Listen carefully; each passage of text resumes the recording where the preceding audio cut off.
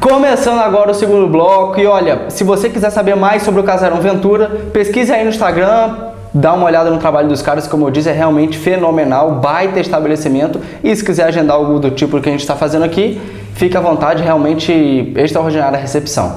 E seguindo o nosso papo, dando continuidade àquele assunto sobre a sua passagem na Globo, cara, eu não faço a mínima ideia de quanto deve ter sido lindo para você ter passado por isso tudo. O seu olho chega a brilha quando você fala sobre a sua trajetória. Realmente é maravilhoso. Agora, teria como definir em uma palavra só, toda a sua passagem pela Globo? Uma palavra: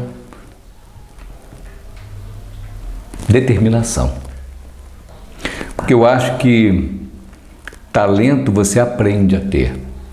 Esse negócio de, você é muito talentoso. Eu acho que eu nunca fui muito talentoso, não. Acho que, na verdade, o que eu sempre tive foi muita determinação, muita resiliência mesmo. Caramba. O que eu ia te perguntar agora, eu acho que até você já matou, foi sobre qual foi seu maior aprendizado lá dentro. Seu maior aprendizado, sua maior experiência. Dentro da Rede Globo? Sim. Rapaz, porque tudo... Tem um caminho aí, né, para chegar lá. Quando eu saí da TV, quando eu saí da Inter TV, eu não fui direto para a Rede Globo. Eu fiz um break aí, fiz uma parada aí. Foram 4 anos de Inter TV, eu voltei para Cordeiro, montei alguns negócios. Eu tive uma locadora de videogame chamada Game House, não é da sua época, talvez seja da época da equipe do Duda, de repente, que era ali no Parque Shopping. Tive uma locadora, tive uma padaria no Retiro também. Eu me aventurei também pelo mundo empresarial, eu resolvi ter um negócio também, sentir como é que é ter um negócio. Mas eu percebi, cara, que essa minha cachaça de comunicação, de locução, isso aí estava me puxando. Não tem jeito.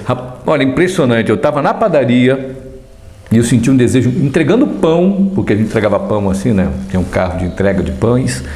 Eu tive um desejo muito grande de voltar e fazer faculdade. Falei, eu quero fazer faculdade de jornalismo.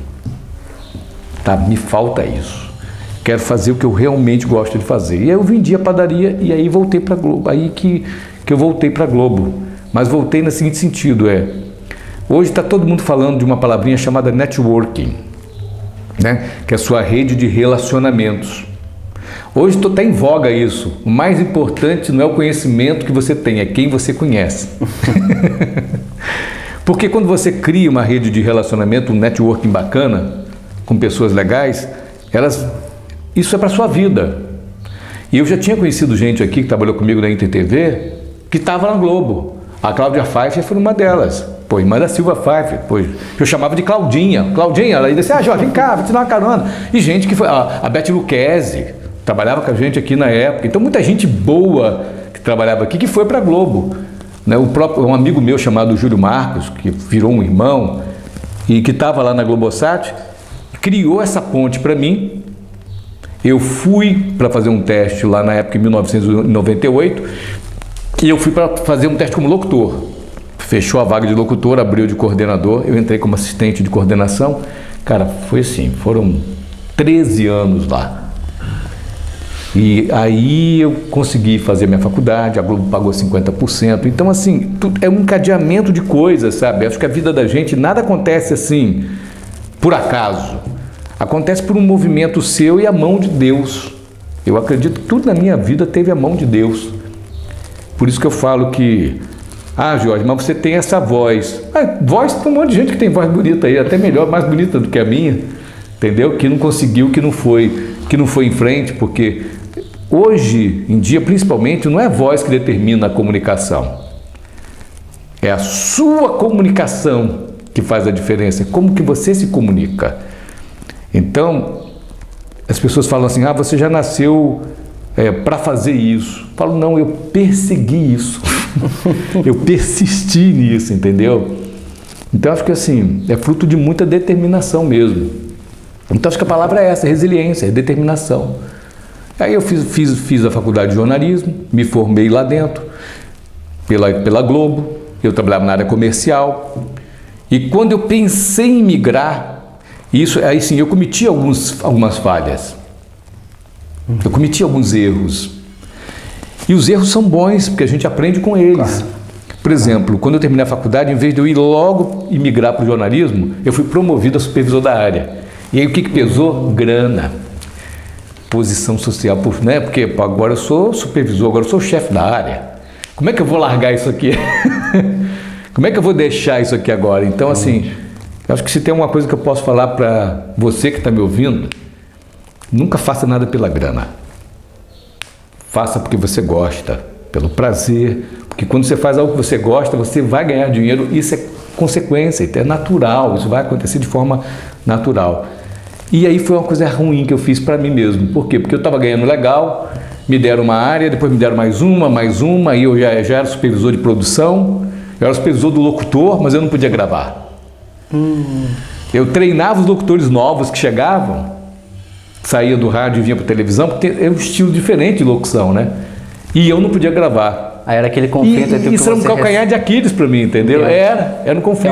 É um conflito E lá, paixão e a grana. E lá eles não deixavam. Na InterTV eu conseguia se armar, porque era uma TV que estava aqui no interior.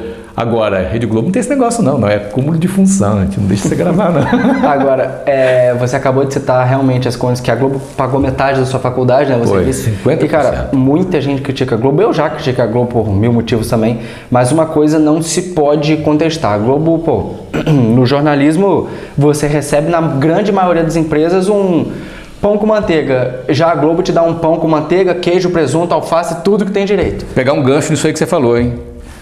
Eu fiz pelo menos uns 25 cursos de negociação, técnica de persuasão, que a Globo investiu. Ela investe no funcionário. Exato. Então, assim, ela me promoveu, mas ela também investiu. Então, eu fiz cursos com os melhores do Brasil, de negociação, de persuasão, de comunicação. Ela investe realmente no funcionário. Então, esse foi o grande ganho também. Então, assim, botando na balança, tudo contribui, né? Tudo contribui. Você sabe, vou contar uma história para você aqui, porque sabe quem é que eu treinei no início da carreira dele? Alex Cobar, acredita? Caraca, sério? Me deve uma pizza, hein, Alex? Até hoje ele me deve... Sério? Ele me deve uma pizza. Se ele estiver ele sabe assistindo, por quê. paga o homem. Ele sabe por quê, ele me deve uma pizza. O Alex Cobar, ele era ex-comissário de bordo. E ele era amigo de um amigo meu, que é o Alexandre Tavares, que é locutor da JBFM, e eu era supervisor do Alexandre. O Alexandre ia estar de férias, 15 dias de férias. Aí chegou e falou: estou com um amigo lá na rádio. Pô, o nome do cara é Alex Cobar. Está voltando agora, sabe tudo de futebol. O cara é uma enciclopédia do futebol. E ele deixou de ser comissário de bordo e está entrando agora na comunicação e está na JB com a gente. Pô, dá uma força pro cara aí, Jorge. Bota ele para fazer as minhas férias. Que força, hein? Aí eu cheguei, conheci ele, era aquele jeito mesmo ali, era um cara simples pra caramba, sempre foi. Ele parece ser bem legal. Aí ele chegou, cara, ele falou assim, eu falei: grava pra eu ver como é que você vai, como você vai fazer. Aí ele fez no ritmo de rádio, né? Fiat, o carro do ano 2019. Eu falei: não, rapaz, não, televisão, tem imagens. Aí comecei, botei ele no estúdio, fiquei 2 dias com ele no estúdio. Não é assim, Fiat, o carro do ano 2008, vai de novo, Fiat, o carro, e eu ele falou: poxa, cara, muito obrigado. Eu falei: que obrigado que nada, cara, hoje eu estou te treinando, amanhã você pode estar na posição de me ajudar, e a vida é assim, né? Ajudar pagando a pizza. A vida é assim. Olha o Escobar hoje. Poxa, será que foi pra frente? Apresentador do Globo Esporte. Agora, você chegou a citar tanto ele quanto vários nomes. Eu imagino que a Globo lhe dá um conforto que é absurdo por tudo isso, pelo ambiente, pela questão financeira e tudo mais. Só que você mantém contato com alguma dessas pessoas, não só entre as que você citou, mas de suas amizades na época naquela rede de televisão. Você guarda essas amizades ainda para hoje? Você tem contato com muitas pessoas? Pois é, uns mais distantes, outros mais próximos, né? O Robson Caetano, por exemplo, medalhista olímpico, é um amigo pessoal, tem várias fotos com ele, a gente almoçando juntos. Me convidou uma vez para ser empresário dele, na época eu trabalhava lá na Globosat, e quase que a gente entrou, enveredou por esse caminho. Gosto muito dele, tenho um carinho gigante por ele, né? A Daniela Escobar, o próprio Léo Batista, que é um cara que, meu Deus do céu, eu era criança e assistia Léo Batista no Globo Esporte, e de repente eu passei a tomar café com o Léo Batista, entendeu? À tarde, poxa, ele me contava tantas histórias fantásticas das viagens, das Copas do Mundo. Então, assim, É claro que a gente vai perdendo contato. Eu mudei de número de telefone, perdi o contato com um monte de gente. Mas eu estou até para voltar lá, exatamente por isso, para manter o contato com essas pessoas. Porque são pessoas importantes na minha vida, não porque são personalidades, não porque são artistas, mas porque são pessoas bacanas, são pessoas íntegras, honestas, idôneas, que construíram uma trajetória maravilhosa e que eu admiro muito. Então, assim, essa experiência, para um garoto que saiu de uma cidade de 25 mil habitantes e foi trabalhar numa emissora e conseguir ser chefe, conseguir ocupar um cargo de chefia, para mim foi bacana, para mim foi muito interessante. Mas principalmente nisso tudo aí que eu vejo é que o passado é muito bom, mas o que vale mesmo é o agora. Então eu não vivo de passado, eu vivo do agora. Porque o que a gente tem é agora. Se a gente ficar só no passado, é legal contar essas histórias. Claro, claro. Mas quem vive de passado não constrói nada no futuro. Né? Quem vive de passado não constrói nada no futuro. Então eu estou sempre me reinventando. Bem legal, cara. Agora, falando de reinvenção, você partiu para a área dos negócios que você falou, começou a trabalhar na área empresarial. Onde foi despertado? O que te estimulou a isso? Porque você não foi para o Rio pensando que um dia iria chegar nessa questão.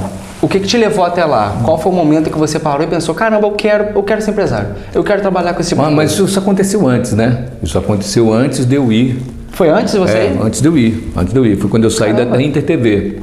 Aí eu montei negócios aqui. Aí eu sempre tive essa vontade de experimentar, experienciar. Entendeu? Fazer um negócio diferente. Falei, poxa, como que seria ter um negócio próprio? E eu sempre fui meio maluco nisso, assim, de botar todo o dinheiro que eu tinha no negócio. Carro, tudo. Exato. Eu acho que o comerciante é meio assim. Meu avô falava assim. Ficou megalomaníaco.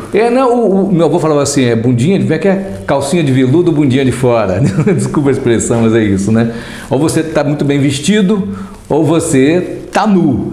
Eu acho que o comerciante, o empresário, ele é normalmente audacioso demais. Ele acredita, quando ele acredita mesmo no negócio, ele vai e investe tudo que ele tem se tiver que investir.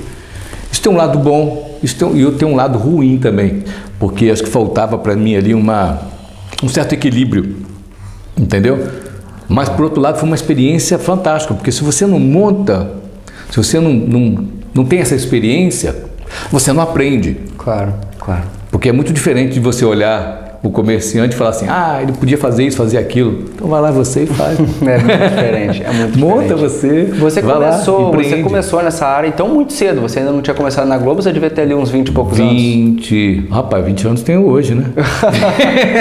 Eu tinha 20, vamos falar a idade certinho pra você, 22 anos. Aí, caramba, muito. Com 22 anos já tinha um locador e uma padaria. Caraca, nossa senhora, tô me sentindo até um lixo agora. Que nada. Porque eu investia, cara. Por exemplo, eu peguei minha rescisão, peguei todo o dinheiro que eu tinha da Globo, peguei um carro que eu tinha na época, entendeu? Botei a grana, aí não deu, vai o carro também. Vendi o carro. Vendi o carro também. Agora, no que essa sede ao pote, essa sua ambição te prejudicou? Algum momento você foi muito acima do necessário e acabou dando ruim ali e você pensou, caramba, não era para ter feito isso. Onde que isso te prejudicou? Eu acho que eu era muito imaturo nessa época, porque eu sempre acreditei muito nas pessoas. E eu não conseguia, na época, assim, eu só vi o lado positivo. Então eu acho que o que a experiência me trouxe é que você tem que sentar e ponderar os lados, o que é positivo e o que é negativo. Então, eu acho que a vida foi me ensinando que eu não posso julgar as pessoas, mas que eu também tenho que conhecer as pessoas, né? Eu tenho que conhecer. Então hoje eu sou uma pessoa que eu sou mais analítico nisso. Antes de fazer uma parceria, de fechar qualquer negócio, eu observo quem é essa pessoa, quais são os pontos positivos e quais são os pontos que podem de alguma forma comprometer o desenvolvimento do negócio. Passou a deixar a emoção de lado e ficou um pouco mais racional, né? Mas entendeu? Porque isso aí, você falou a palavra certíssima, certinha, essa é a palavra. Eu sempre fui muito emocional nos meus negócios. E negócio, você não pode usar só emoção. Você tem que ter a razão, você tem que ter o equilíbrio, Então, assim, eu queria construir um capital de giro, por exemplo, um aporte financeiro com o próprio negócio. E nem sempre você consegue. Então, o ideal é que você já pense em tudo isso. Não, peraí, quanto que eu preciso de capital de giro para poder manter o negócio funcionando, ainda que ele feche no vermelho? Então, eu não tinha essa visão naquela época. Então, montar o negócio foi bom por isso também. Aprendi, né? Porque a gente falou sobre aprender com os erros. Pessoal, encerramos o segundo bloco. Continue conosco no terceiro para encerrarmos aqui com chave de ouro a história fantástica que o nosso querido amigo George, vou chamar só de George. Melhor, George, né? Tá contando pra gente. Continua com a gente.